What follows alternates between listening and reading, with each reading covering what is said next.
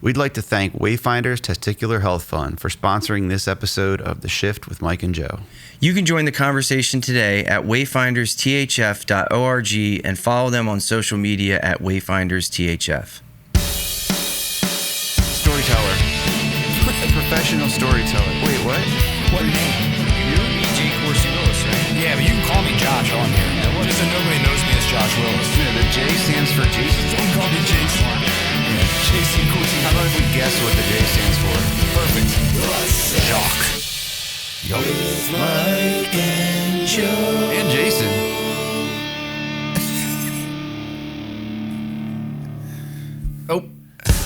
No, we never get that Right that? We did, yes. That's pretty good. in like a, Well, I 2 mean, hours. first time you've heard it while being on the show. Yeah. Not bad, huh? That's pretty good. Thanks, man. Yeah, it was good. Joe's an ideas guy. Not really. No? Yeah. No, you did good. Yeah. It's not exactly what I was envisioning in my mind. Mm-hmm. I was thinking like a little heavier in the beginning, but we could always remix it. It was heavy. I know. The initial riff, and then you added that major third, and it got all happy. Yeah, Twinkly. Liked it. All right. Well, welcome to episode number 42 of The Shift with Mike and Joe. We got Jay Coursey Willis here with us, who was you're a second time guest here on the show. Yes. You were on episode number 10. If you know what the J stands for, put it in the comments. It's not Jason. I was joking around about that, so you can cross that one off your list. Jason Morton, Coursey Willis. Jason Morton. Jason. Oh man, yeah. So we had you on episode 10, which was a little while ago. How long ago was it, Mike? Do you? It was like a year at A least. year or two, yeah. I'm not good with time. No, I'm not either. Not at all. Yeah. Yeah. So anyway, we did go over a lot of things that you do and who you are. Then, so we don't need to go over everything verbatim, but Sure. I was hoping to kind of dive into a little bit more detail of like some of the things that we talked about. I'll just start off, I guess. Yeah, start it off, Joe. I like this. Yeah, cool. So you do the true crime thing at Cult Classic, Big hit. which is a big hit. Should we introduce him a little bit, though, for people that don't know who he is? Like, tell about who he is at all, or do you want to just ask him questions? I just kind of figured that would kind of come out, as we kind of continue the conversation. Unfolding mystery. An unfolding mystery. Okay, sorry to interrupt. Everybody knows who Josh is. Come on. Like, You told him the first name. Ooh. I did. Yeah, that's a Give it giveaway away. now. Yeah. Right, so the true crime thing, at some point because it used to be called something slightly different. Yeah, it was True Crime Tuesdays. So It has a nice ring to it. did it change just because the day changed, or did the format change? It changed because it became 3 days. So True Crime Tuesday was misinformation. Can you tell us about what it is? Like, Yeah. describe it a little bit. Rory and I were having a conversation at the end of the bar one day, one evening, doing some tequila shots, whatnot.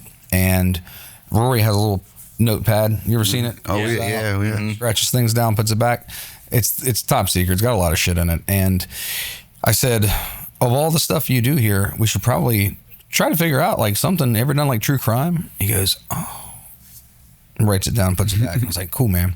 That was it. And then the next day he called me and he said, you should do that true crime thing. And I don't know what you're talking about. Yeah, I'm like, cool. Does it have to do with tequila? Right. Yeah. So I said, okay, that'd be fun. We can try to work something out, and settled on a night of case-based trivia. Trivia is big. And incorporate some dark storytelling into it. Take the dark cases. And we tried one night. It was a third Tuesday in March of last year. And it's I thought it was older than that. no, it started last year. I'm pretty sure it was March of 2024. And we started out with March 2025 then. It's currently Okay. 20. Yes, we started out with the Beltway snipers, the recent-ish case, and sold out somehow in like a couple hours in the venue room, and that went well. The next one went well. Next one went well. So Rory said, "Why don't we try 2 nights?" And Meaning 2 nights in a row. Yeah. Okay. Yeah, because doing the work for the case is a lot. It takes me about 3 weeks to study the case, write the questions for the case, produce everything, and also my wife Jen helps. So I can't, there's a lot of work that goes into the back end. Yeah. But that was, he said, let's try 2 nights. I think it's because the first night was selling out so fast and people were saying, I really like to get tickets to this. So there was a call in for it. So it's the same case each night? Yes. I changed the questions so that motherfucker's going to try to cheat. Yeah. You know what I'm saying? And we had that. The first time we did 2 nights, there was a woman that came in the night again. Said she was there. I'm just here with my daughter. She comes in with a wig on. I'm a different person. She was wearing scrubs. She kind of stood out. Yeah. So I said, well, I got to figure out something with that. So I started switching the questions up. And this year, January of this year, Rory, I thought he was joking. He said, do 3 nights. I was like, man, 2 nights hurts me because we drink a lot. We have a good time in the room. And 3 nights it was. And it's just become its own cult. So we went from True Crime Tuesday, and since it is like a cult and it's at cult, it became True Crime Cult.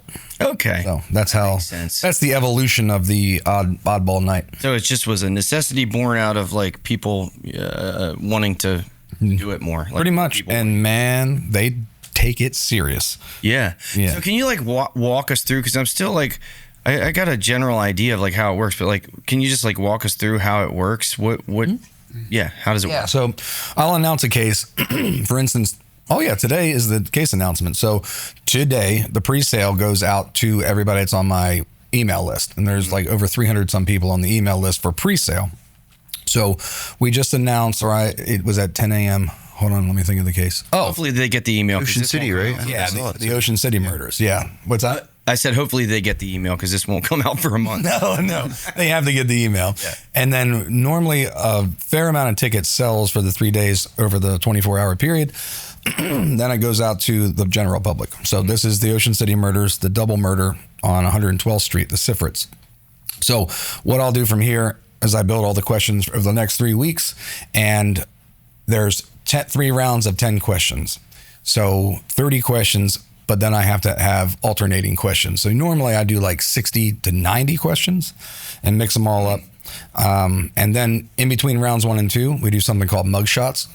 So that's where the team can guess, the closest team to the answer guesses this, no points for this question, but basically they get to win shots. And you guys all know Bread at bartender. He's a beautiful man. Oh, I do. Yeah. Very rarely has sleeves on. Yeah. Okay. The ladies like him. He's the one that makes the mug shots. So I basically introduced the case that night. We do 3 rounds of 10 questions, and they are dark questions. And there's a little heckling in there. I make fun of the losers because every once in a while you do have the losers, and no, not everybody gets a goddamn trophy in there. And by the end of the night, may have been a few fights. Not physical, just arguments among teams. A lot of wine. We even have merch now. My wine sold there, so it gets to be. It's pretty So cool. is it up? So you announce the case, and then it's up to the people to study it. Yes. Before they get Prior there. to the They have 3 weeks. That podcast, documentaries, court records, anything that you can find online. Wow. Yeah, it's up to them. Okay, that makes a lot more sense now. Yeah. So it's like it requires them to be as knowledgeable as possible by the time the event. And the teams max out at 8. So what a lot of teams will do if they have big ones, each person on the team gets a segment of the case to study. So they don't have to learn the whole thing, which works, but it's kind of unfair for the smaller teams because the smaller teams have to know the whole thing. But you'd be surprised how much detail some of these teams know. Like the Watts case, there was a 2,000-page document from the court, and somebody read all of it. More than one person read all of it. Lord. Yeah. So, and then there's a winning team, like whoever gets the most questions right. There's 20, 30, and $50 gift cards to call. Use it on whatever you want. Okay. And then every once in a while, I'll throw out like a free shirt or a bottle of wine, just to up the ante. But yeah, there's first, second, and third places. And then you were telling us before the show starts that like sometimes people argue with you if they get their question wrong, and you say it's wrong and they think it's right or whatever. Had a few of those. Yeah. They're a good time. I don't want to tell too many people about those because don't want to spread the bad word. Yeah. But if you're stupid, I'll call you stupid. Wow. So how often does this happen? Once a month? This is once a month. Okay. Every third week of the month. Okay. But it's 3 nights in a row. Yeah. Tuesday, Wednesday, Thursday. Yeah. It's a rough week. Yeah. I'll bet. That's cool though, man. I mean, it's freaking great idea. Not that like, I guess true crime is not, but the way that you're doing it sounds pretty unique. It's not ultra original. I just took trivia and true crime, which I enjoy both of, mix them up and then put a little storytelling behind it. And I tend to hedge on the darker side of things anyway. The cases I pick is not something normal humans would want to read about. You know, the Chris Watts case that we just did, he murders entire family. I mean, dude, people love it. Jen, my fiance, she loves that darker stuff too, you know. It's fascinating, the psychology behind it. The fact that, I mean, Mike, more than likely, Mike is probably one of these people because he's the quiet guy. It's always the ones you don't suspect. He did ask me if I'd ever killed a person in the last show, which I was like, no. Also, I said, have you ever killed a man? Yeah, you did say a man. I assume you're not. There's a difference. Yeah, you're not like. Yeah, that's why I said no. Oh, I should have been broader in my questioning. Which brings me to my joke that I want to tell you guys. Oh, here we go. Here we go. It is a pretty good joke, but I have to read it because I don't. Delivery is going to be stunning. All right. Why did the trans man only eat salad? Hold on. Because he was a herbivore. I knew it. I don't get it. He was a herbivore. Oh, I knew that one and I forgot. Ben told me that joke the other day. I thought it was pretty funny. I still don't get it. I'm just kidding. You got to say like the word herbivore. You got to say it like kind of in between before and before. I like how you have to explain this. Yeah, I know. Yeah. I thought it was pretty funny. Anyway, I liked it. Yep. So yeah, that's really interesting, dude. Did you the first time? I mean, it sold out the first time you did it, so I'm guessing the I get it. question is. Just kidding. I'm guessing the answer to this question is no, but like I was wondering the first time you did it, like everyone was still they did all the work they needed to do, and people showed up and knew all about it. Yeah, because. Yes, there were some teams, and there still are some new teams that'll come in and not really know how in depth all these other teams get, but they still have a good time. Like the first night, a few people thought it was a lecture, which I can see that being interesting if I were the... That's kind of what I was thinking. You're going to tell me all about this true crime but thing. I could do that, but that I don't think it's as interactive or fun. No, This is way cooler. So like... Well, can you give us an example of like a question that you would ask about the case? Yeah. So the last one that we had a tiny argument over, it was Shanann Watts. Chris Watts murdered his entire family. He buried her next to the oil field, in an oil field next to the drums, and buried her 18 inches of the ground. And when they dug her up, she had a bra, a t-shirt, and underwear on. So I said, when Shanann was discovered, what color was the t-shirt she was wearing? And blah, blah, blah, blah. So the answer was blue. So, but that's like not a terribly in-depth one. There are other ones where Devin, my man that comes in often, he'll give me a hard time. He's like, I studied every phone number in the case because I was fairly sure you were going to ask what a phone number was, which I have before. So like, what was the phone number of the pizza place that the last place that they ordered pizza before? Goodness gracious. Yeah. Or what movie were they watching the night before everybody was killed? Yeah. That's a little easier. So it's obscure. Phone number. Are they allowed to have notes? No. Just all memory. All memory. They can have notes and phones out right beforehand, like right up to where we start, but then they've all have to be put away. Wow. Yeah. It's amazing what some of these people can recollect. You know, I would imagine too, like it's that whole format, not only does it work well and fun, but it kind of it's like job security. Like, you know, people are like, oh shit, okay, this is super in depth. Next time I'm going to be prepared. That's exactly how it is. Every time I go, I'm going to be more and more prepared. And I thought it'd be opposite. I thought if somebody came in expecting it to be easier, or if it was a lecture, they might be disappointed and they're like, Every single person that has come in and had no answers, like there are some teams that just don't know. Right. They always say, I can't wait to come back and like know the next one. Yeah. And it's almost, I would imagine, like you said, you probably do quite often have people who are new to it that just don't realize and like, oh shit, like I need to study up for next time. It's become like a family though. You see a lot of the same faces, a lot of camaraderie with them, even though it's like backhanded camaraderie. You know, nobody likes to cheer on the winning team. Everybody likes the underdog. So we'll make fun of the losing teams and it's all in good fun. Yeah. Is there like a team that like Family Affairs up there? There are a couple, Fastland. I don't remember all the team names off the top of my head, but there are certain teams that normally come in the top 5, somewhere like that, because I don't know if they recollect it better or they just know how to study better or they have more time. I don't know, but there are a few. How many teams are there? It can be as many as the room will handle as long as they do not exceed 8 people per team. So, and you said it's 88 people in that room? Yeah, but so you guys are familiar with the venue room, how many tables are in there. As long as the teams don't exceed how many tables are in there, which they normally don't, then they can break up and move tables around and sit however they want. Normally, the room's full and all teams have 1 or 2 tables together. So it's never been where it's been all teams of 2 and we ran out of tables. How do you decide who's going to answer each question? Do they just raise their hand? No, it's after each question, somebody from the team has to bring the paper up. So we hand out answer slips. Okay. And they can keep track of their own answers on another sheet. So more than one team can get the answer correct? Oh, yeah. Yeah, oh, absolutely. You just add the numbers up. Yeah, Jen stays in the back with a Google spreadsheet that's linked to my laptop. Okay. So I keep I keep an eye on the scores as she adds them up. So she's the one keeping track of who's getting the right answers, which can be a pain in the ass because there's some discrepancies every once in a while. And she'll have to make sure that they wrote the answer down the proper way. Like sometimes we can do phonetics, which I always tell them if they don't know what phonetics means, that one's for them. Because if they spell the answer as it sounds, they get it right. Okay. But the Watts case, I asked them to spell the name of the oil field exactly right, which was Cervi 319. It's CERVI. So people knew the answer, but not everybody knew how to spell it, which will piss you off. Yeah.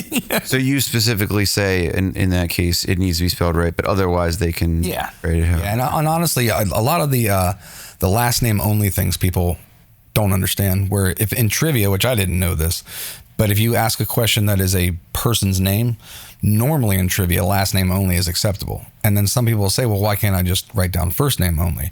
And I say, that's fucking stupid.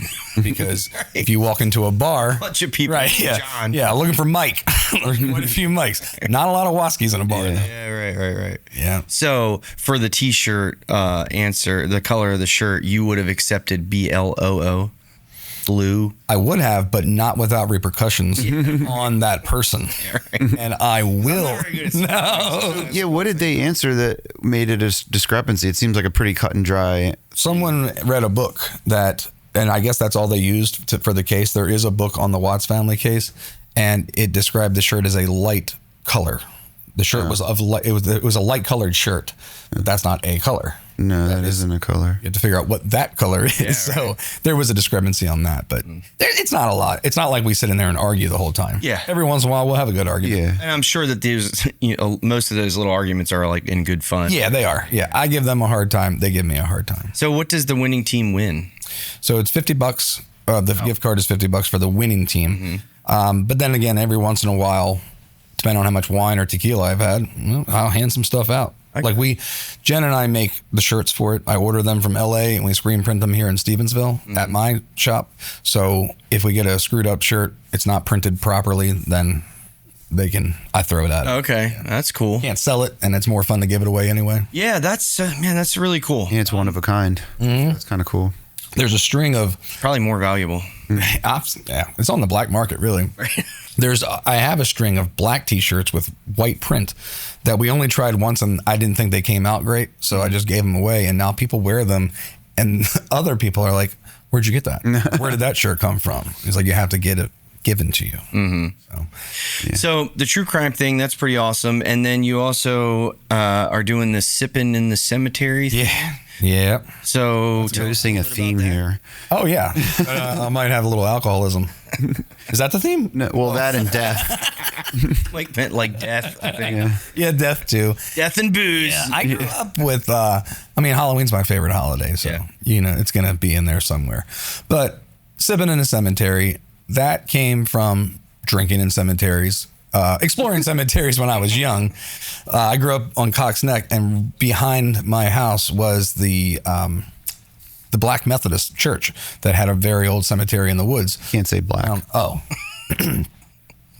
The Methodist Church. Yeah, it's better. Okay.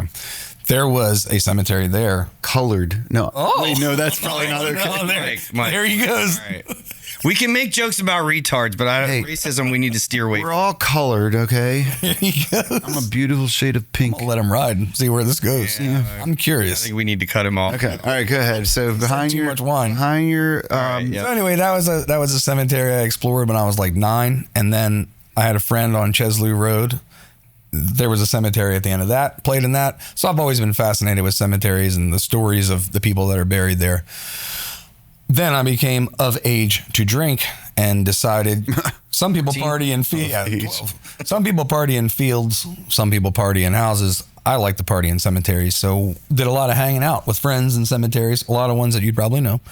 And one thing led to another, to drinking in cemeteries. And then I would just it's relaxing to me. I like to wander through and have a sip of wine, look at the headstones, figure out who's who. And now that I've grown up here and been told a lot of stories and researched a lot of stories, I tend to know more of the people that are there. And finding out more is kind of like solving a riddle. Yeah, no, I can totally see that. So other people said, I'd like to come walk through a cemetery with you. And my time is my money because that's how I make money. So I said, well, I have to monetize this somehow. I wonder if anybody would pay to come sipping in a cemetery with me. And people do. And it's awesome. Yeah. It's really, really cool. I've been doing them for about a year now, maybe a little less, but they're a great time. Actually, tomorrow night, we have a full moon version. Yeah, I saw that on Facebook. Cool. So you're giving people like a history lesson, kind of talking about the historical aspect of it while you're doing it. Yeah, I write it's not made up, but I connect the stories in the cemetery to create an entire storyline. So start to finish, a lot of the people that we talk about in there are connected. Yeah. Whether it's like I talk a lot about Kent Manor Inn, local businesses like Baker's Liquors, where Jinxie's was, and just my relatives that had friends of friends and unique characters, drunks, hard workers, watermen, farmers, just murderers. I mean, like doctors, there are all kinds of people in these cemeteries. I'm sure it's pretty interesting, man, because a lot of people, I mean, myself included, like you look at an old headstone and you're like, you have no idea who that person was. But then to like, oh, okay. And then you read the name and you read the dates they lived. And now you have a whole story about who that person was and what they did. And it's cool because one day, whether or not you guys get a headstone or not, but if you do, somebody might be standing there looking down and wondering who you guys are. Yeah. And it'd be cool. I just think it's fascinating to see people 100 years ago probably doing the same shit that we do today, not with phones and all, but same storylines. Like there's a cemetery in Talbot County, and it's some of the first people that came here and got attacked by Indians. And I always wonder if they sat down and they're like, we thought that was going to go better. That kind of got fucked up. We lost George. George got his head cut off. And so you kind of wonder if there's a little bit of dark humor back then. Yeah. So, like, what's this look like? So, first of all, how many people roughly come to this? It's limited to 12. I keep it real small. Yeah, it's easier to, it's intimate, and you also, everybody can hear, and it gives some room for questions and taking our time. And honestly, smaller groups, when we all get to drinking, you tend to wander. So well, I would think also, like, you don't want to bring a crowd of 50 people walking through a cemetery. Like, that starts to get like, you're also drawing a lot of attention. Right. Yeah. And I don't want anybody to think that we're just irresponsibly getting hammered in the cemetery. Right. We literally are sipping on like a glass of wine and walking around for 2 hours. Yeah. So it's more people that are really interested in not just history, but just where they live, because it's focused on Kent Island. Yeah. I only do Kent Island cemeteries right now. So a lot of the people that are walking through there are new to the area, and they hear names that they have friends like, oh, my neighbor has that same last name. Yeah, that's because that's his grandfather. And it's kind of cool to see that. But 12 people, 2 hours, and it's real loose. Like there's nothing strict. I try to keep people from filming the whole thing because that's the point of being there. Live in the moment kind of thing.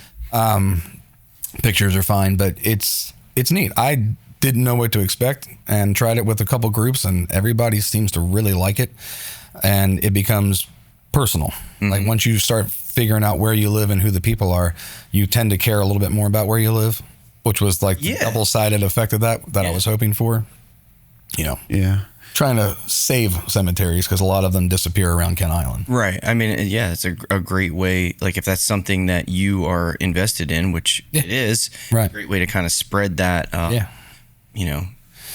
same kind of sentiment, I guess. And it removes the taboo fact. Like a lot of people, oddly enough, I don't know why, they think it's weird to wander into a cemetery without going there to say hi to your relative. Right. And that's in the 1800s, it was a park. You go there and eat lunch with your relatives and just hang out because it's peaceful.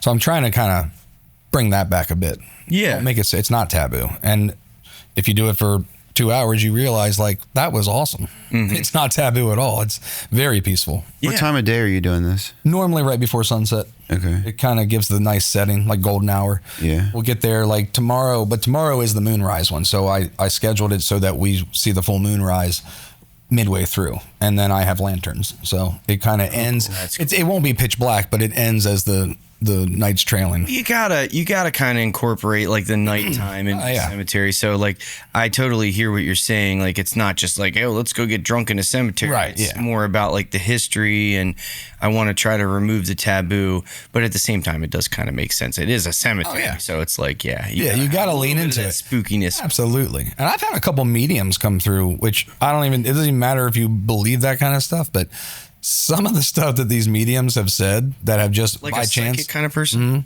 like somebody that connects with the afterlife, some of the stuff that they've said is almost too unbelievable. Like, how did you know that? Because I know what the truth is because I've done the research. Those kinds of people. I am too. But they've said some things where they've just moved here and they'll say things that are just absolutely true. And there's no way that they really could have known that without me telling them that first. Yeah. Unless they really did some like digging through records, which I don't think they did.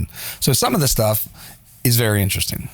But it was just neat to have a diverse group of people there to show me some other things. I learn a lot from them too. I would have been, if I was somebody, I'd be like, you hired this person. I did. You come on. They often won't say it until afterwards. They'll say it to me privately. Oh, okay. Because I don't think they want that stigma. But yeah. Yeah, it is. Well, that's nice. Very thoughtful of them. Right. Yeah. They're not trying to take any kind of credit for. I'd be even more skeptical. Like, what the fuck? Come on. Right. Yeah. It's neat, man. Man, that reminds me of one time we were at this Savannah ghost tour. When I lived in Savannah with Forrest, and my dad came down and we went on this ghost tour. We were down in this like dark basement, and the guy was like, okay, everyone, we have to be like really quiet and like show reverence for the ghosts so they won't like show themselves or whatever. And everyone got all quiet and everyone like turned their cell phones off. And my dad just ripped this huge fart. It was so funny. He was like, praise the Lord. We have the Holy Spirit out. Yeah. And I don't know if he did it on purpose or not, but it was perfect timing. That is hilarious. Yeah. I like your dad. Yeah. So that's really cool. So we got the true crime. We got Sippin in the Cemetery. Mike mentioned that you're also writing a book. I think you might have mentioned that. Yeah. Yeah, I am doing that. A lot of people over the years have asked me if I would ever consider writing a book. And at first I thought like, well, what am I going to write a book about? Like, everybody's lives are interesting, but what the hell would I write a book about? And with my nonprofit, Historic Kent Island, I started writing memoirs of Kent Island. But it was basically the history of this, just a house. So it was like spoken from the point of view of the house. And people said, I really like that. Maybe you should write a book. Okay. Yeah, that way it's like the house telling the story, or a tree. Or interesting. And they just said, I'd like to hear more stories, and they like to hear the history that I talk about, and they like my songs.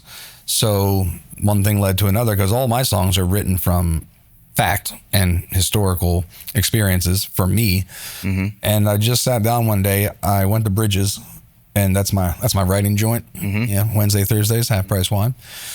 Went there, pulled out my laptop, and just said, I guess I should try to write a book, or at least a chapter. And it just flowed out. And so I've been going pretty hard. I got 12 or 15 chapters put together, but trying to figure out where they all tie together is more difficult than I thought it would be, because I write just like a journal almost. Yeah, well, I mean, it could just be like a compilation kind of thing. It probably will. I like to find the storyline through things, though, like the Sippin in the cemetery. I like to see where it goes. So I finally conceptualized that it is a memoir of Kent Island and how much it's changed. And to make it regional, it connects with people that are from anywhere that's disappearing. And that's what I've seen in my years on Kent Island. That's what my parents saw. Our grandparents, with the advent of the bridge, everything here changed. So, and it still is at a pretty high rate of speed. Yeah. Every time I turn around, something else is being. They're constantly constructing something. Yeah. So the book is like that. That's cool, man. Do you have an idea of like when you'll be finished? I've learned a lot about book publication. I'm used to music stuff, but turns out it takes a long damn time to go through the production and the publishing side.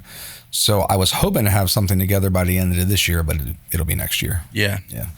Better not to rush it, I guess. Yeah, especially if I've never done it before. And honestly, I have no idea what the hell I'm doing. So I need somebody that does take a pretty good look at it and say, okay, I see what you did here. Yeah. Are you going to, I mean, I don't really know anything about book writing either, but I know that there's usually a process of like sending it to an editor, right? Yeah. To have it all. Yeah. And surprisingly enough, with my email list, there's been a few editors that follow me and they've reached out and said I'd be happy to take a look at it. Cool. Great. I'm off to a good start then. But you're not at that process. Not yet. I probably have another 10 chapters and then it's time to cut down to where the base ones are. So at that point, I'll have somebody take a look at it. Yeah. I mean, what's that? So each chapter is like a different. One's a house, one's a tree, That was what I was doing before. No, in this book, it's my point of view growing up here and seeing the island change, along with all the stories that I've learned over the years, like some obscure things that somebody might not know. For instance, where it was where John Duty's body shop used to be down in downtown Stevensville, and there's another automotive body shop there now. Right outside of downtown, if you cross over, instead of going to Big Bats, you go straight across. There's a yellow Victorian there, and right next to it was a church, and right next to it was the schoolhouse that just got torn down. But that church had a graveyard, and that graveyard is now under the parking lot of the automotive place. So stuff like that most people don't know about, that I have learned over all of these years, that kind of thing is in the book, along with my experience there, because I went to Stepping Stone Daycare at the schoolhouse, and I remember tramping through there and finding things. Yeah. And I don't know, I just telling it from a point of view that it's somebody that people tend to learn a little more when there's a story that goes along with it. Yeah. They have better recollection rather than a teacher saying, this was here and this was what happened. Right. Well, here's a question for you that kind of goes along with what you're talking about and really close to where you're talking about. So straight across from Kent Island High School on Route 8, there's a big old house that has, it's really weird, and you'll know what I'm talking about, where there's like houses basically in the front yard of it. Yeah. I lived in that house for a little while. Did you really? I rented it with a couple friends of mine. Before the other houses were there? Before those houses. Yeah, I remember that. There. It was like probably 2006, 2007. Sounds right. What do you know about that place? I don't know a whole lot about the house itself, but the graveyard to it is right on the edge of the parking lot of the, I guess it's an old folks home or a church. Yeah, it's like a senior living, like right next to it. Yeah. So if you look at it on an aerial view, the house is here and the graveyard's not far from there, and that is the graveyard of the owners that had that house. Okay. At some point. Yeah. And the guy, I can't remember the name right now, but the guy that's buried there also owned Stevensville Cemetery at one point. Way back when. Oh, okay. And I can't remember the last name right now, but the people that were in that house are buried not far from that house, and they're still there. Interesting. Yep. Yeah, it's a cool old place, man. And I would guess, I don't know, you think it's 100 years old? Oh, at least, yeah. It's probably late 1800s. Yeah. I mean, it's a neat place. And it was fun living there. It was kind of a little bit inconvenient just because it was so old. Yeah. And, no central air or anything. Right. We lived in there in the summertime, but and as a squatter, you're constantly have to cut the plumbing off from. Yeah, you're constantly have to deal with pay rent as far as I recall. Okay. I'm not positive, but I've always wanted. I was supposed to. Yeah. Did you like how long were you there? Not real long, man. Like a year. I never knew they rented it. I always thought a family lived there. I mean, like I said, it was 2006, 2007. It was me, Clay Campbell, Jed Evans, and I hope she doesn't watch this podcast, but because we went to high school together and I just can't remember her name. Kristen, I can't remember her last name. She's gone. It evaded you. Yeah, it evaded me. But we lived there 1 year, so like both seasons, summer and winter. It did have a fireplace, couple fireplaces. Yeah, it was the only way they heated back then. Yeah, we chopped a lot of wood. That was I bet. Yeah. But it didn't, I thought it was interesting because like when they built those houses like in the front yard, they didn't tear that house down. You know, so I mean there's some kind of reason for that, and who's living there now or what is it used for? I don't know. Usually that's a decision on the developer, whether or not they keep the original house. Yeah. I don't know what makes that decision one way or the other.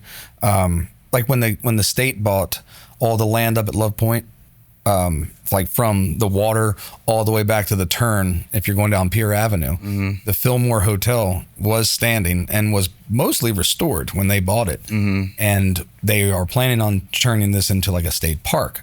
So you would think that they'd want to keep the building for some kind of facility. Yeah. And evidently it was cheaper to tear it down than it was not to. And that was the last standing building that had anything to do with the glory days that were Love Point, that had hotels and trains and like, I mean, people came from Baltimore every week to stay there. Right. So for some like whatever ferries, reason, right? yeah, and for whatever reason, they just tore it down. And that was that.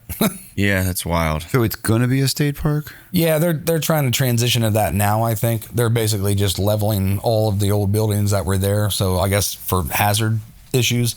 And they're rebuilding the bulkhead. And then as far as a park, I think it's just going to be land that you can go walk on, like a preservation kind of thing.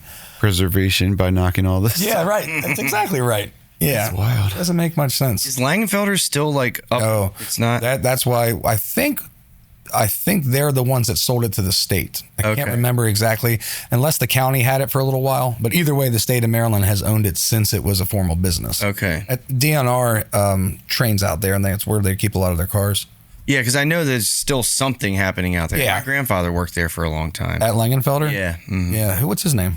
Bill Cockey. Okay. Oh. Yeah. Oh, that's. He passed away. It's been a while. I was about 26, I think. I wonder if you would know anything about. So there was a Cockey graveyard in Bay City that some guy, I can't remember his name. He came to one of my shows and said, "Hey, I found a headstone in my backyard." That is the Cockey Cemetery, and oddly enough, where my office is in downtown Stevensville, it's right near the Cray House, where the railroad station is in that field, and there's a Cockey headstone there. And it was clearly brought there. I don't know from where. I think maybe Bay City, but that's why that's Cockey Lane. And yeah. So my mother and her parents, Bill Cockey and Dolores Cockey, they lived down on Love Point, like almost right across Route 8 from where Langenfelder's is. Right. When my mother was growing up, but I'm pretty sure that if you're going down Route 8 toward Roman Coke, like there is a farm on the right that still sits out. There's an old farmhouse that still sits out in the middle of the field, undeveloped. Pretty sure that's where he grew up when he was. Yeah, that's the breeding farm now. It's across from the Tavicoli chicken farm, I think. Like I can't recall exactly like where exactly it is. Is it just the single house in the middle of the field? A single house, on the right hand side as you're going south. It's before you get to Kentmore. Yeah, Right before that. Yeah. That's the breeding zone it now. Okay. Beautiful piece of property. It is. Yeah. That's where it's. We think that's where the original William Claiborne's fort was. Interesting. Yeah, I'm working on a grant with MHT for that right now. Is that through Historic Kent Island? Yeah. Yeah. Yeah. You know, Mike, I've been hearing about this looks maxing thing online, Oh, yeah. Everybody's optimizing their jawline now. right? While completely ignoring the fact that young men are one of the most at-risk groups for testicular cancer. We're talking mainly guys between 14 and 35, your friends, brothers, sons, even fathers. Exactly. So here's a better idea. Before you spend 3 hours researching cold plunges and eyebrow symmetry, Grab life by the balls and check your own. seriously, a quick self-exam could help catch something early, and early detection genuinely saves lives. That's why we're proud to support Wayfinders Testicular Health Fund. Wayfinders THF is a nonprofit focused on testicular cancer awareness, education, and outreach. They're getting young men more comfortable with talking about their health without all the fear, shame, or awkwardness. Well, maybe slightly less awkwardness. You can support the mission by donating, volunteering, or attending events like their Putts for Nuts charity mini golf tournament. Wait, a mini golf tournament? Can we go to that? Oh, we'll definitely be there, Mike. Putts for Nuts is happening October 17th in Ocean City, Maryland at Embers Island Mini Golf. Wayfinders THF is here to help normalize the ball talk guys usually avoid. Join the conversation today at wayfindersthf.org and follow Wayfinders THF on Instagram and social media. So remember, be bold, be brave, and be aware with Wayfinders Testicular Health Fund. Definitely wanted to ask you about that again, just for the people who don't know or didn't see the other episode. Like, can you tell us a little bit about Historic Kent Island? Yeah, I mean, it's not much to tell. It's a nonprofit that I started to try to save Kent Island. It's a bit of a big phrase, but it was to educate people on what was here and what is disappearing every time we turn around, so that it catches the interest of people and maybe they decide that they would like to stop that. Mm-hmm. So give them a reason to attend meetings and vote different people in and out of office and try to get your hands around what's been going on for the last 50 years or more. I mean, since 1952 really, but it seems to be accelerating. So the Kent Island Heritage Society exists and they do great work. They focus on the houses that they have been donated or they've bought, and they have museums where Historic Kent Island, my organization, is more of proactively going out and trying to say, this fucking needs to stop, and here's why, and here's what was here, and here's what you're about to lose, and here's how you go help try to fix that. Mm-hmm. So that's where the stories started coming from. And honestly, a lot of my videos, the video content, the historical side of my morning walks, that was to promote Historic Kent Island. Yeah. And it all kind of came together at once. And also, now I have the ability to apply for grants to do good work. Like, we're working on the third series of interpretive signs around the island. So there's 8 on the Cross Island Trail. There's 8 going in at Terrapin Park right now. And there's 8 more slated for the Kent Narrows and then the South Island Trail. And those are just what, like blurbs of historical They're 2-foot by 3-foot signs with pictures and what was here and what you're looking at. Okay. Like as far back as you can go. And also got a grant to restore the Ringgold burial ground in Terrapin Park, because that one's just been where we shot the video. Okay. Yeah, so we're working on restoring that now. Yeah. What does that mean, restoring it? Well, the fence is in terrible shape. The wrought iron fence that's there, and the stones are all over the place. There's only 3 stones that can be found, and it's a mother, father, and the little, well, not little, he was 20 when he died. So the son, all the Ringgolds that are there, and trees are growing over top of it, and it's all overgrown. But the reason I really wanted to do it is I found in the deeds that as far back as 1809, it's mentioning the right-of-way ingress-egress to a cemetery. So the oldest stone, I think, is like 1870s. But if it was there in 1809, there's likely other people buried there, that either the stones are underground or whatever. So we're going to do some ground-penetrating radar to go through there and see if anybody else is buried there, then get the wrought iron fence restored, then try to fix some of the stones and find out exactly where they're supposed to be, and then make a path to it and put a sign up that says, this is what you're looking at, because a lot of people over the years have asked me what that is. So now people will be able to visit it in the fashion that it should have looked forever, completely restored look. Will you, if you find other people buried, will you put like maybe not a headstone, but some sort of like marker for here's where there's something? And if we can't do a marker, at least like on the signage, it'll say there are others here and these are their names. If we can find that out, that'd be very difficult. But just to say that there are who it is, because the Ringgolds are a huge name in America, really, not just Maryland, and there's so few records from back then. Yeah. It's very hard to figure out who did what. And if someone wants to currently see what it is you're talking about, they can watch one of the videos that we recorded there. What songs did What songs did you do in that? I can't remember. What's it called? Yeah. I don't remember the name of the song. I think you did 2 or 3 in that spot. It's one of my songs. Is it one of the... No, it wasn't Walk On.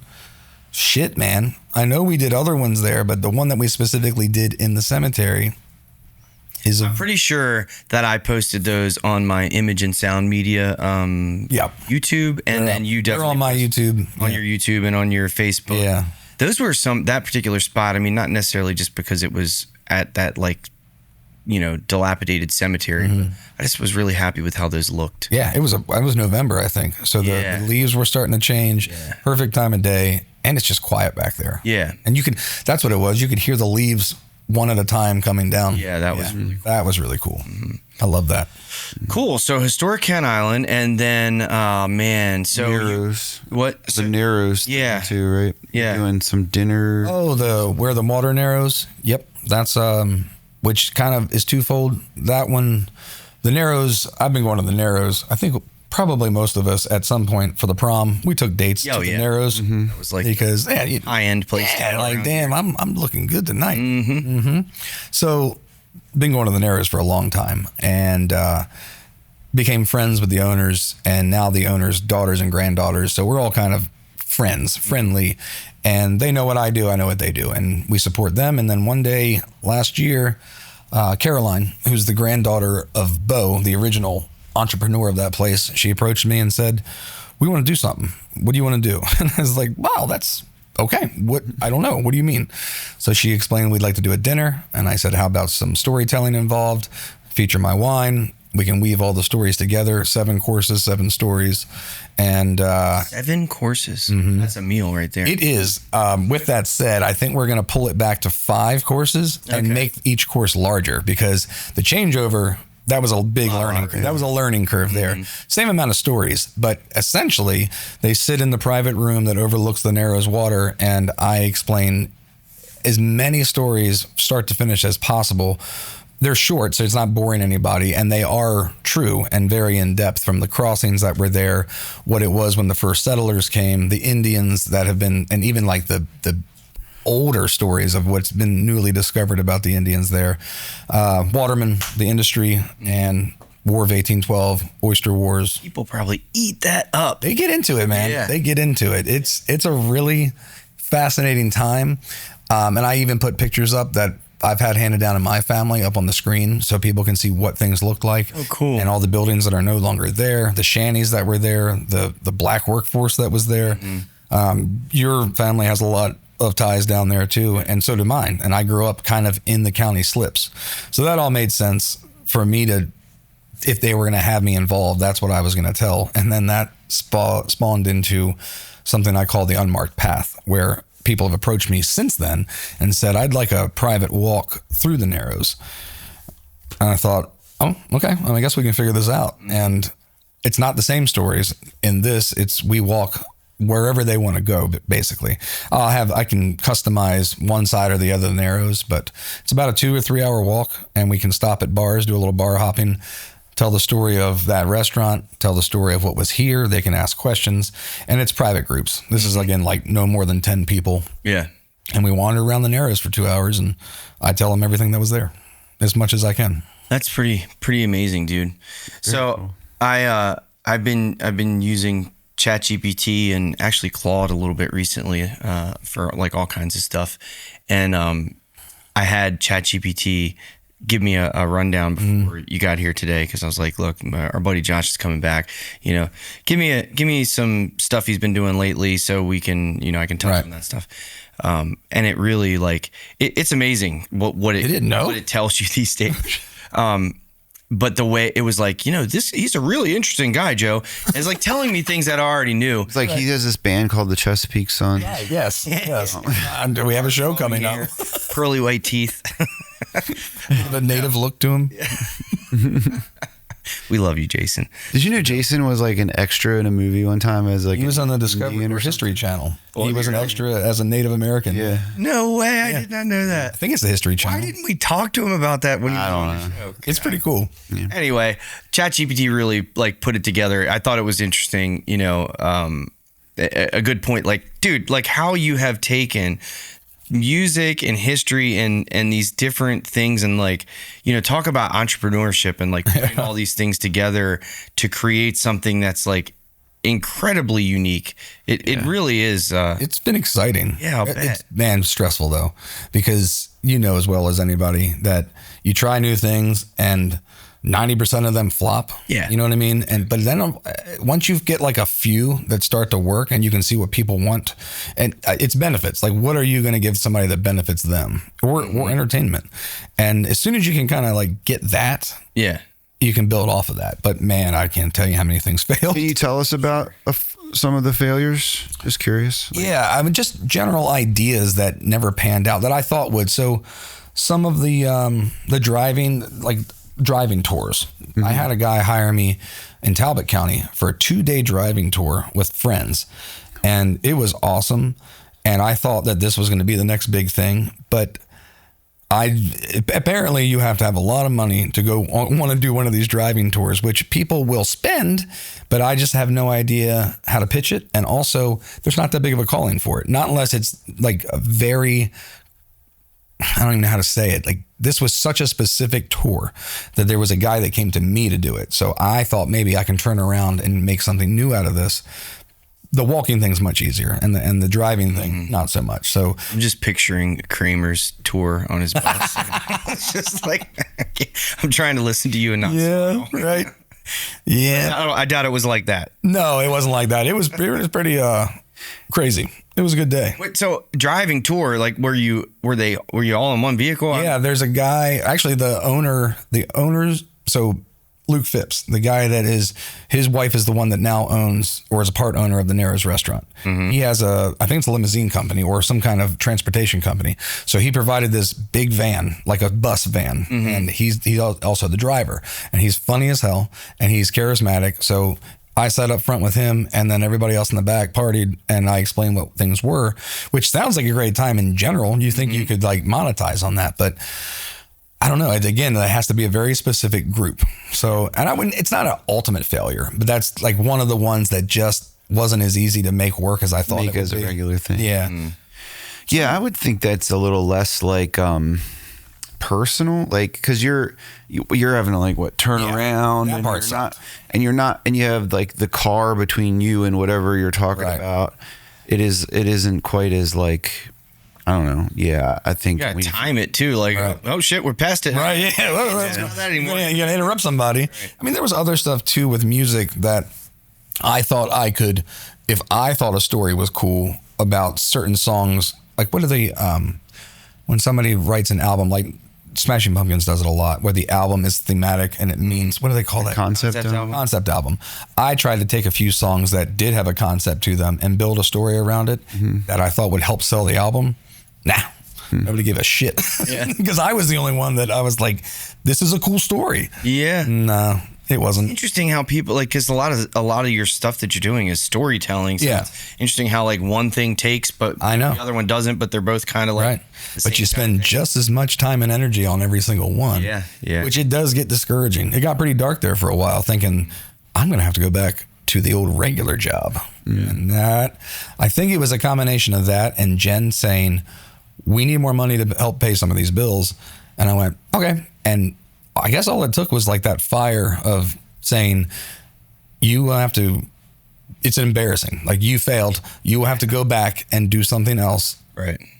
And the combined embarrassment of that and thinking my wife thought I was a failure. She never did, but just that in the back of your head. Yeah. Ego, for sure.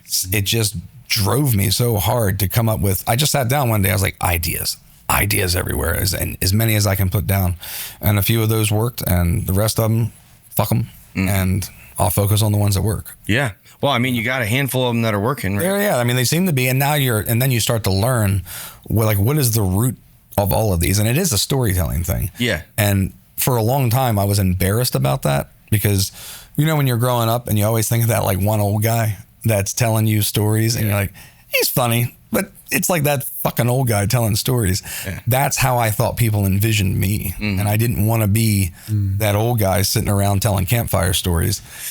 But Jen said, she goes, you know how you like Neil deGrasse Tyson? Yes. She goes, he makes science cool. Mm-hmm. She goes, you have found a pocket of history that somehow you're making cool. Because I'll have 20-somethings come up to me at Red Eyes and tap me on the shoulder like, I love all the history stuff you talk about. Like, how old are you? Yeah. And they're like, I'm 23. Why do you like this? And it just, I'm glad, but I didn't want to be that old storyteller guy. But now I've kind of accepted it. Yeah, I was gonna say. I mean, you're heading that way. Heading that way. And also, when you think about it, writing songs is writing stories. Yeah. So okay, I'm cool with it. So, I mean, a lot of all of it is rooted in like historical preservation, what was informing people of the history so that they value it. Yeah. Like going back to when you were a kid, like, what do you think? Can you when was that like instilled in you? Like, we have to preserve this history. What drove you in that direction? Honestly, it never was. I think it was built over time. I grew up helping my grandfather and uncle on workboats and had a immediate love for nature and seeing things from a different angle. When out on a boat looking back at land, you see things change much different than you do from land looking out. Same thing with an airplane. Yeah. Like, you're flying over stuff, you're like, it's that big, or it's like that much has changed. So that perspective was kind of cool. And learning an old school trade that I saw fading, even at a young age, the waterman trade is fading. And I honestly think I'm adopted, and I found out that I was adopted.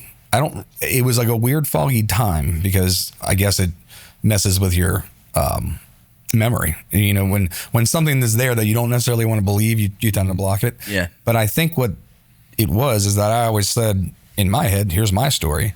And then all of a sudden, that's not my story.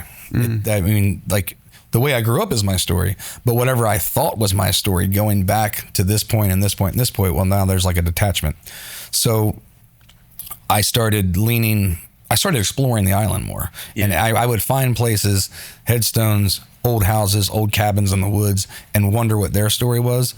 And I think that's where the attachment to history came from, is trying to figure out my story while wondering about, I wonder if these people had something like that, or what was their story.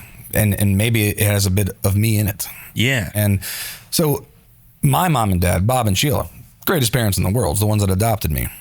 I feel like I was raised by the island almost as much as I was raised by them, just because it wasn't their fault. They did a good thing. But up here, you kind of, it's like an old chapter, new chapter. Yeah.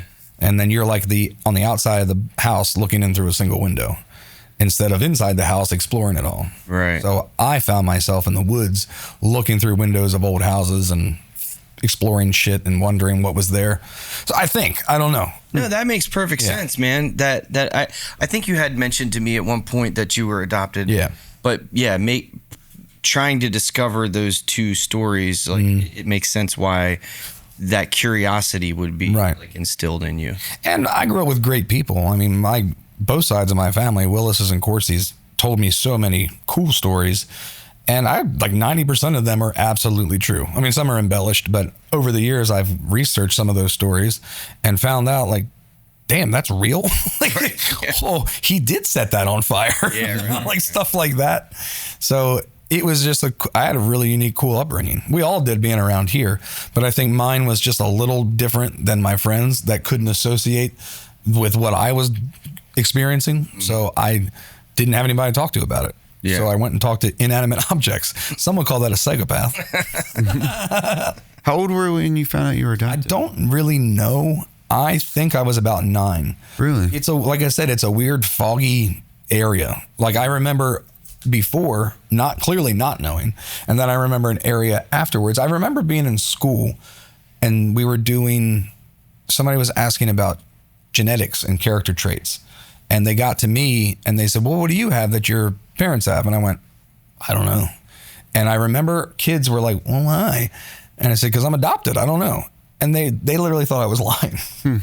No, you're not. I know your mom. She's great. Like, what does that have to do with me being adopted? Right. She is great. Right. So I remember that. So like, there's the memory of after and the memory of before, but I don't know exactly what year it was. I'm trying to find out. How old were you when you were adopted? Do you know? I was 2 days old. Okay, so oh wow, okay, yeah, yeah. There's a whole long story to that. We don't need to get into all that, just because it's way off topic for any of this. But I was 2 days old. So yeah, I mean, you don't know, you can't pinpoint when you found out. No, and I asked mom and dad a little bit more over the years. At first, I didn't want to know because there's that's not my life, and I don't want to open Pandora's box there. Right. My brother, who is also adopted, he's my half brother. He wanted to know, and he explored it, and then realized don't want to know any more of that. Yeah. So I'm slowly interested in it just because now I'm writing a book and I need to know. It's not like I necessarily want to know. It's more like to write this as accurate as possible, I need to know. So we're going to find out because mom and dad are cool with talking about it. And as long as I don't want to like make them think that I have any interest in anything else, and they don't. But there's always that making sure everybody is happy kind of thing, which is a weird, like, you've been accepted, don't fuck that up.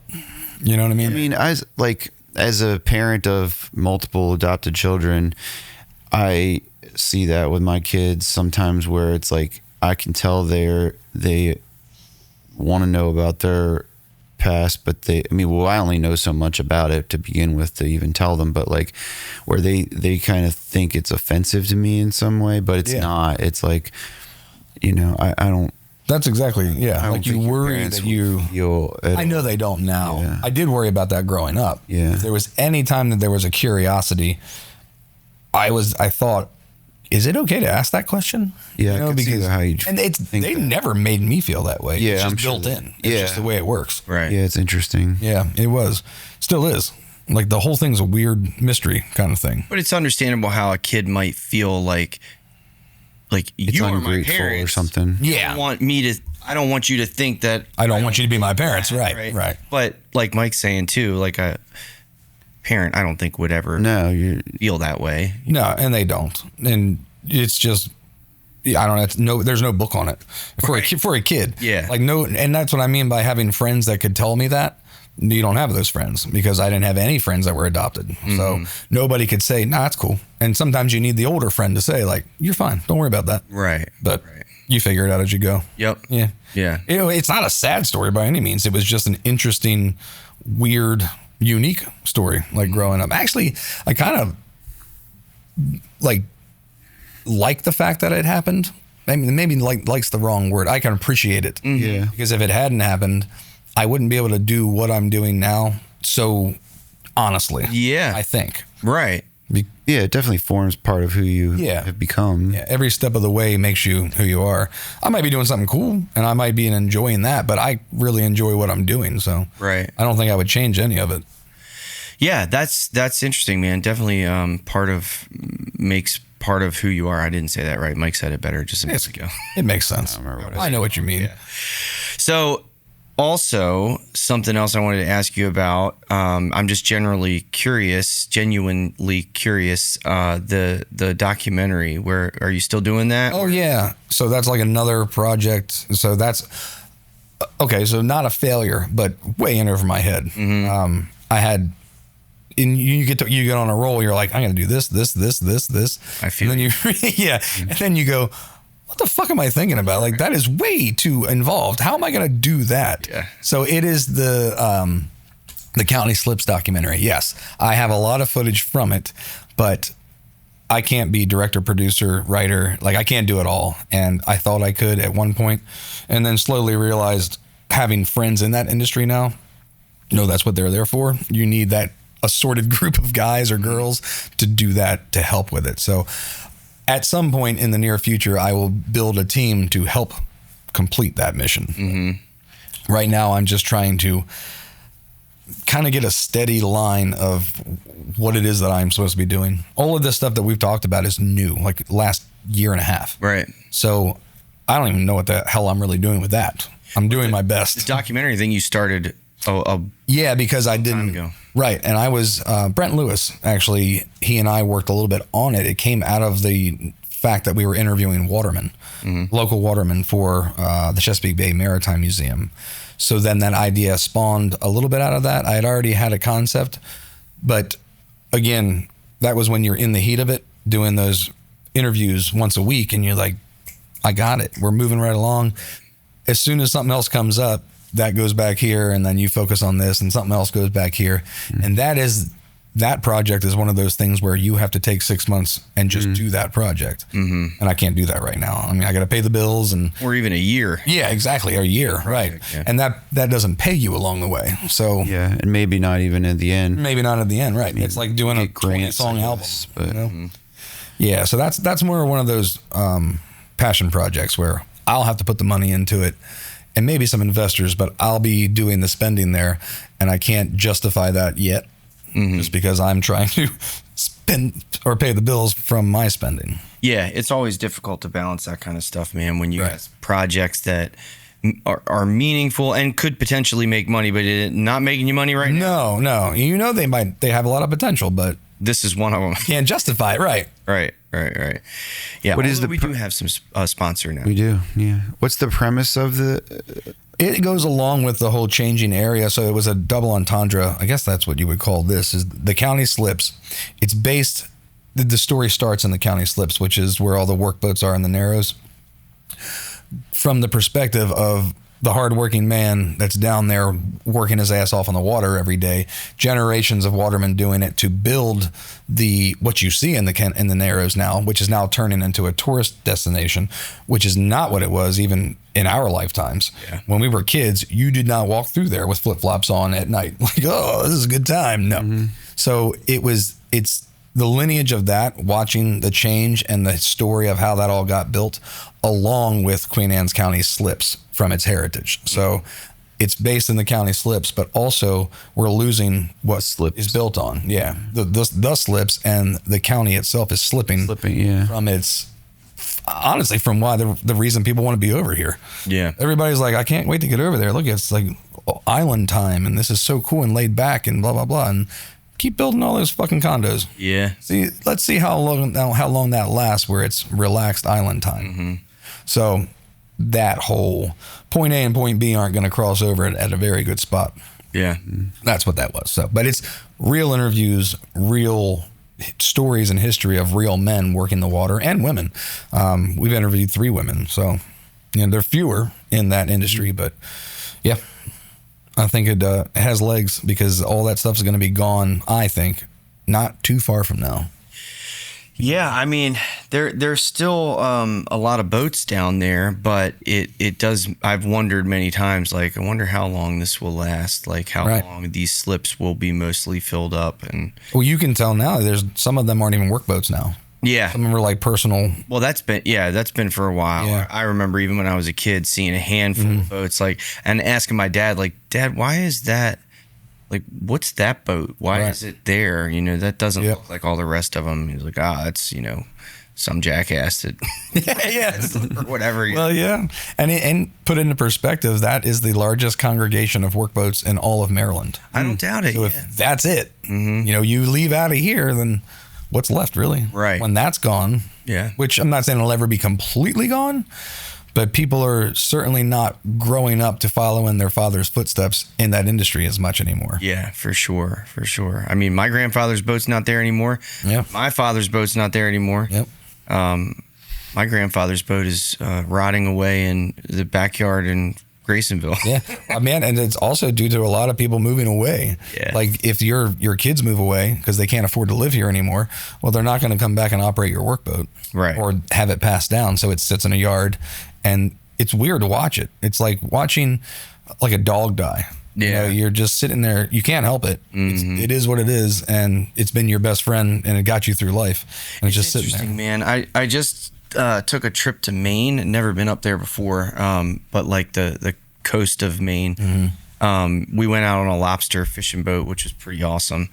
And it's similar to here in the way that there's a lot of watermen there, a lot of workboats all over the place, and even the lobster fishing boats are built similarly, or at least they kind of look similar to Chesapeake Bay workboats. I mean, much bigger and more robust, and there's a handful of other things that are different, but the shape of them is similar. The dead rise. Yeah, that kind of dead rise look. But when we went out on the lobster fishing boat, I was talking to the captain, and he had been lobstering for 30 years. And, in a similar way to you're doing different things, like he's now taking these tours out, which was pretty cool. That is cool. It was really neat, man. He had an awesome thing going. You caught the lobster, and then you ate it right there on the dock when you got back. And he had like a pretty sweet little setup on the dock where, it was covered in picnic tables, and they steamed it right there for you. That is awesome. I guess. But anyway, he was talking about the generations, upcoming generations and how they're not getting into lobstering. He said the average age of a lobsterer in that area was 65 years old. Holy shit. Yeah. I was like, 65? What the hell? And he was like, yeah, man. So I might not get these numbers right, but generally speaking, he said he built the boat 10 years ago, put $800,000 into the boat 10 years ago. And I was like, okay, well, so like, what's the average cost of one of these boats now? $1.5 million. Man. $1.5 million. The traps are $200 a piece. That's quite a jump on They a have chance. 600 to 800 traps. Think about that cost. Yeah. Then, your bait and everything else that you need. They all have buoys for each one of them. And he was like, yeah, most of the kids that are, coming up, the cost of entry is just way too high. So it's not getting passed down the way it used to be. Yeah. And you almost have to have a relationship or a relative in the industry to help get you started. There was also something with the licensing too. It was a really big barrier getting into getting a license. Oh yeah. They probably don't exist. You had to buy them from somebody. It was it was like some kind of 3-year probationary period or something. It was a whole lot of barriers to entry in that line of work, and I didn't get a chance to really talk to him about it in depth, but talk about an industry fading away. That's what it sounded like. Yep. Even though there were boats all over the place. I guess they're just a bunch of old guys, that have been doing it their whole lives. And at some point, it's just gonna. People don't realize that. Where do you think all that seafood's coming from? Yeah. And if you don't push people to do that, or at least pay them the right amount of money, there's always been, the middleman that tries to undercut where the stuff's coming from, and then the bullshit about. Well, there's no crabs this year, or there's 100,000 more crabs this year, or the oysters are gone. It's all scare tactics. Not saying that doesn't exist. They don't fluctuate, but the way that the government likes to report it, from what I've learned interviewing actual watermen doing it and learning it, two vastly different things. Yeah. The way that they report is based on something that is not accurate. A lot of it, not all of it, but a lot of that reporting. Oh, I don't doubt that at all. Yeah. Some of it is true though. Some of it is true. I was talking to my dad. He took us out fishing the other day, my family and my brother's family. And he was like, we had some little kids, and he's like, well, we're not going to go rock fishing. We got little kids. I'm like, okay, that's cool. So we're going to go catch some white perch, right? He was like, there are no white perch. No. I was like, he's like, yeah, we'll go catch some spot. We went out fishing to catch spot for bait for his rock fishing. Yeah, right. I was like, this is lame. Yeah. It was still fun because the kids got to catch some spot. But Same thing with pissers. No mano clams, no soft shell clams. we didn't catch one spot. We caught a couple little bluefish and a bunch of spot. No, we didn't catch one white perch is what I meant to say. But that's wild, dude. Yeah. Like, we've been able to catch white perch my entire life. Well, the bay's changing a lot too. And people, God, man, the disrespect that people have for the environment in general, not just the land, but you go to walk around any beach around here and there is shit everywhere. Yeah. There's stuff left behind. Cans, carcasses, fishing line, cigarettes, or even the worst thing, it's not even just cigarettes anymore. I do a lot of arrowhead hunting, so now I'm finding the cartridges to vapes. Just pure plastic and metal. Yeah. Just throw it on the beach. I'm sure you see that a lot. Yeah. And Jewel cartridges. Yeah. And people just don't care. They don't give a shit. It's almost like, well, in my lifetime, it'll be fine. So who cares? Right. Well, that's not how this works. Right. Yeah. I don't live here on this beach. That too. I'm not going to see it. Yeah. And the bay can't sustain that kind of stuff. No. We talked a little bit about that kind of stuff last time. Yeah. But yeah, interesting stuff, man. What else is going on in your life lately? I'm going to back in the studio in the fall. wrote some new songs. It's funny with all of the other stuff that I've been working on and doing. Not that music has ever been the back burner, but music was always the guarantee, because I know I've been doing that for so long that it's just second hand now. You don't really think about it. You almost take it for granted. Mm-hmm. And Jen said the other day, she goes, "You don't have any new songs. You haven't written anything. And like, are you giving up music?" I was like, "No, I'm not giving up." I kind of got like offended, right? But it's my own fault. Like I realized, like, oh shit, I don't. And sounds like Jen really keeps you motivated, man. I have a lot of motivation. Jen keeps me on track. Yeah. My motivation's there, but I can be motivated to go out and run the truck over the curb 3 times. Like the motivation's there. Yeah, I just need to have somebody like hone that direction, like turn the lens so that little light goes in the right direction, not all out here. Right. Yeah. Yeah. So that's on the schedule.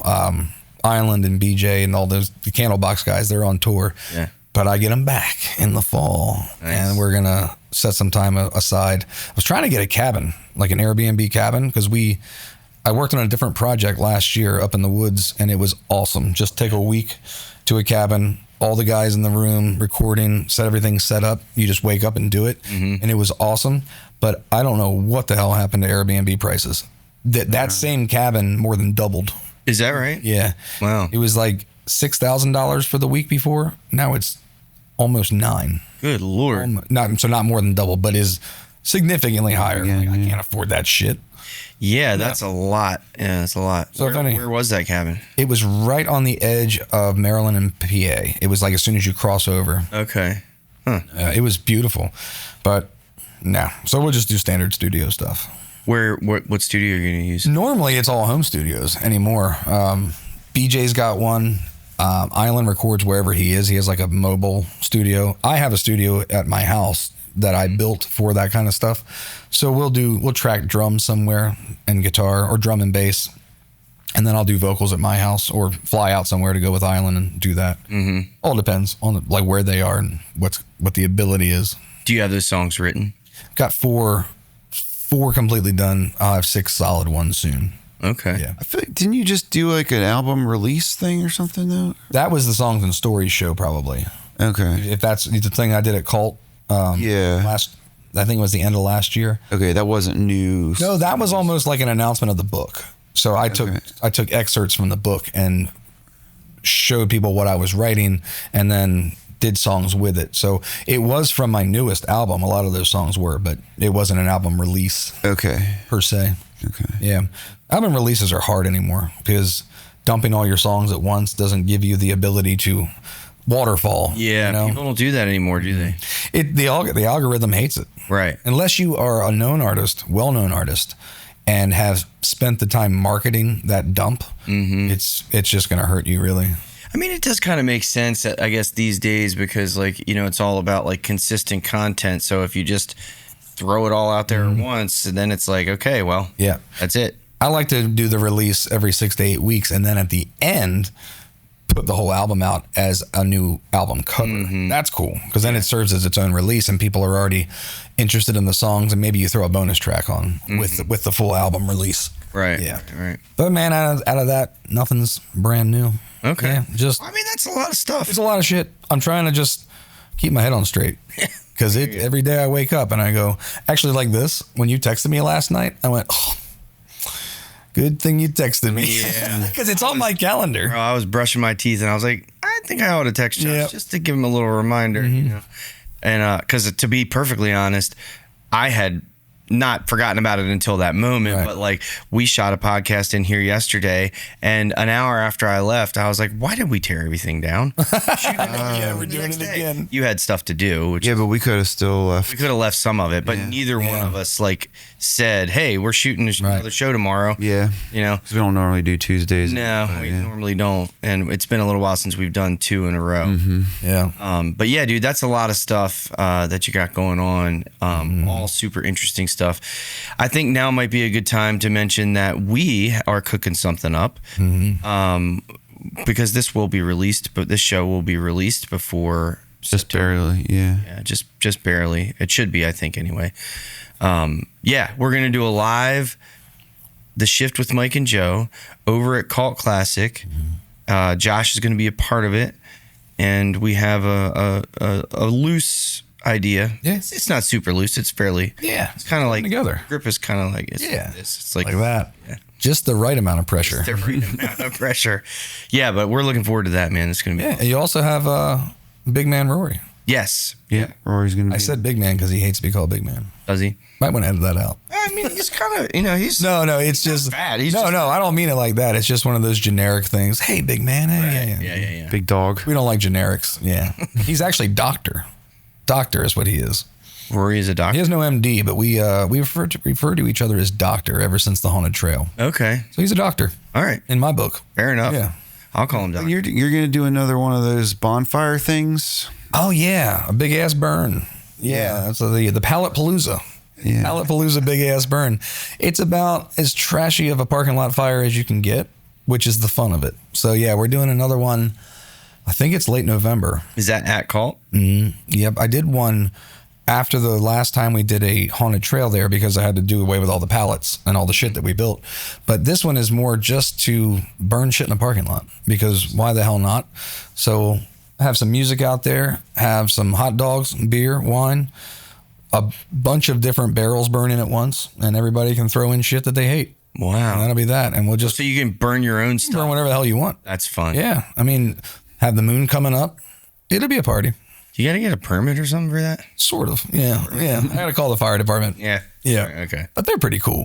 And they've been very lenient with things because they know it's within reason and we're not going to go too crazy. But it's different barrels. It's Yeah. not one giant. No. Not like the dumpster burn. Okay. Yeah, that's a little bit different. The dumpster fire is something different. You guys have been to that, right? I wasn't at that. Oh man, that is something. I think I don't want to step on Rory's toes. I think they're going to try it again.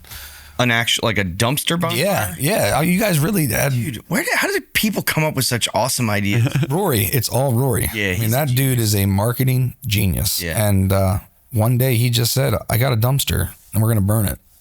And that was at the end of COVID. That's why. Okay. So it was to like say, see you later, COVID. You take all your COVID items, your masks, and throw them all in the fucking dumpster, burn them up. It was a New Year's Eve dumpster fire. Okay. So it was raining in the new year. And then he did another one last year, bigger dumpster. And again, you could throw in your own stuff. And yeah. And the fire department is there for that. To me, that's the genius idea. Like, come burn your shit. Absolutely.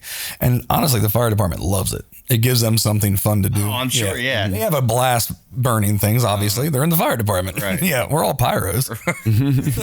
Everybody is at heart. Yep, pretty much.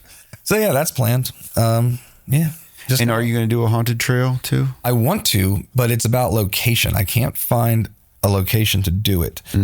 Outdoor locations are hard because you do all of this building and planning for a couple nights that could get rained out, and it's just not worth the effort.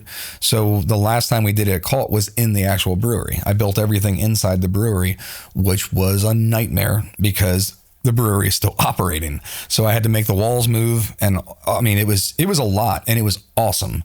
But I don't have that kind of time anymore. And like all this other stuff that's going on.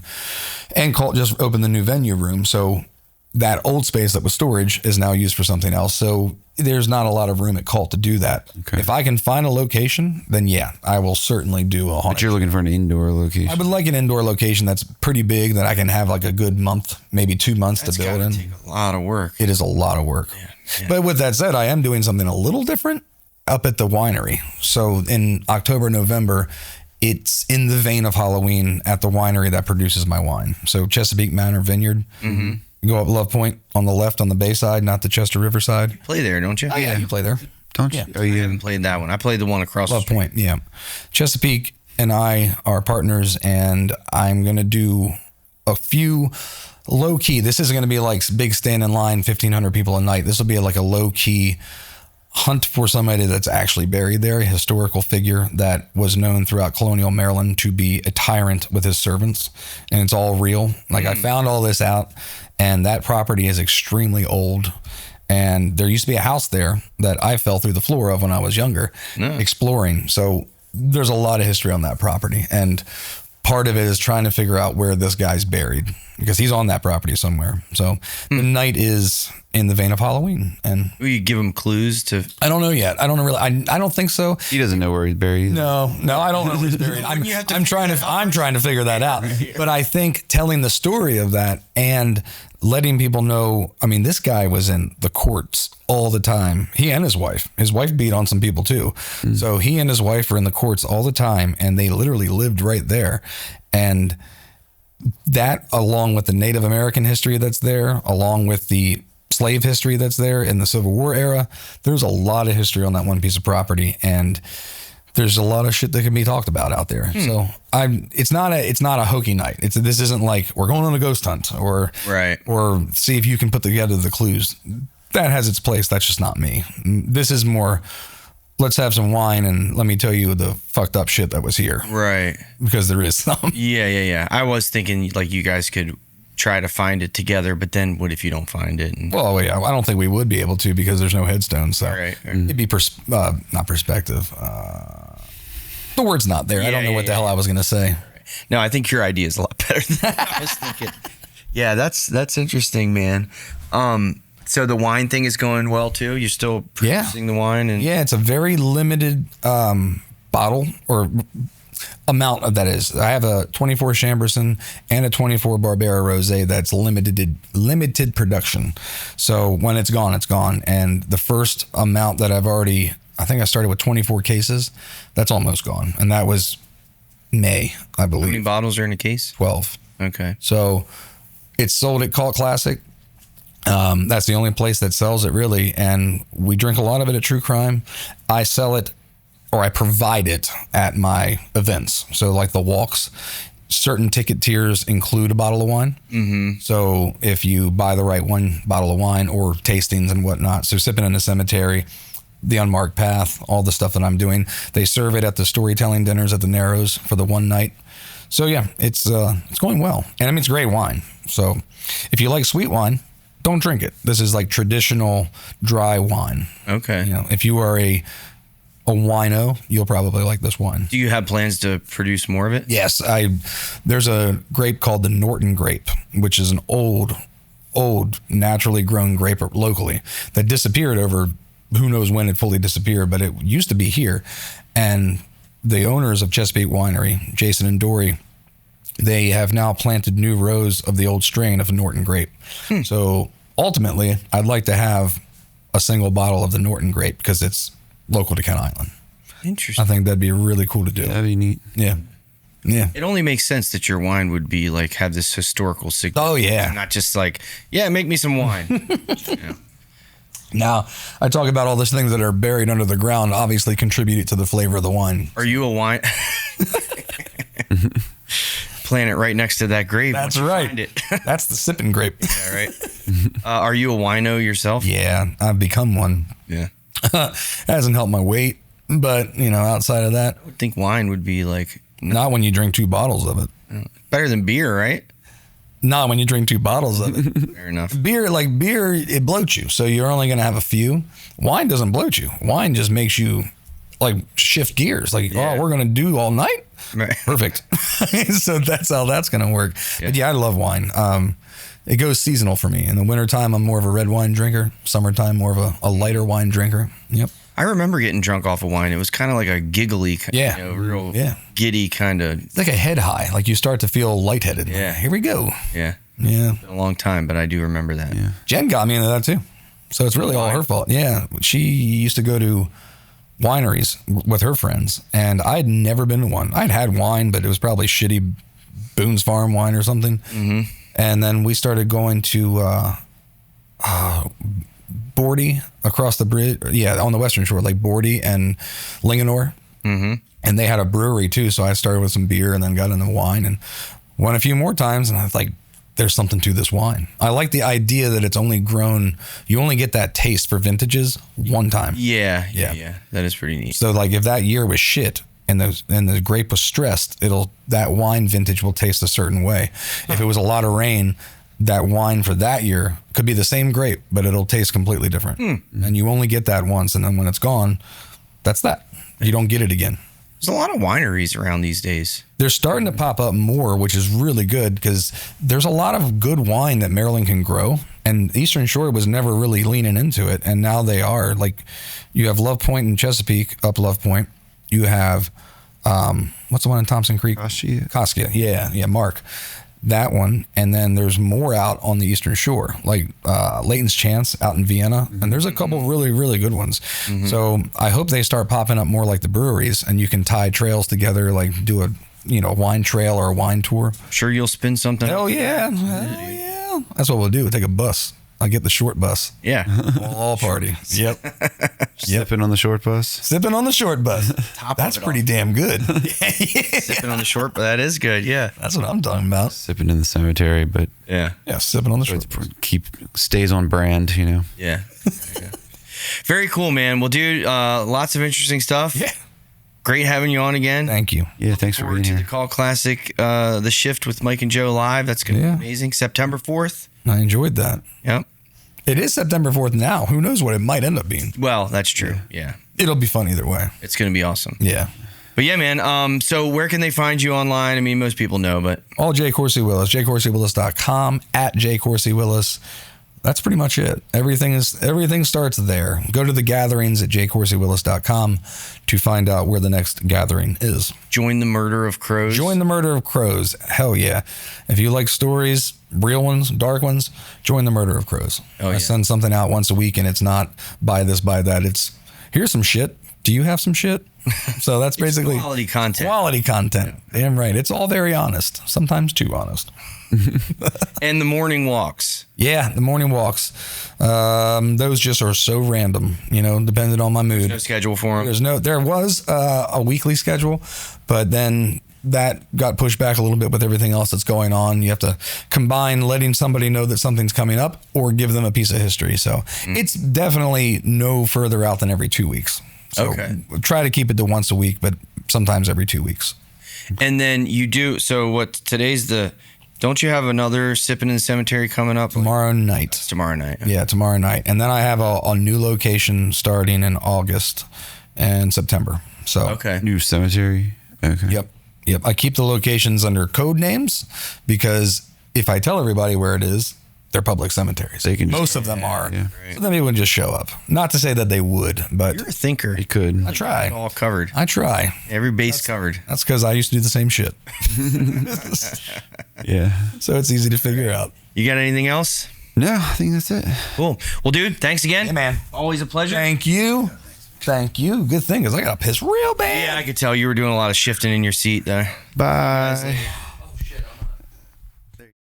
Once again, we'd like to thank today's sponsor, Wayfinders Testicular Health Fund, for sponsoring today's episode. Join the conversation at wayfindersthf.org and follow at wayfindersthf on Instagram and social media.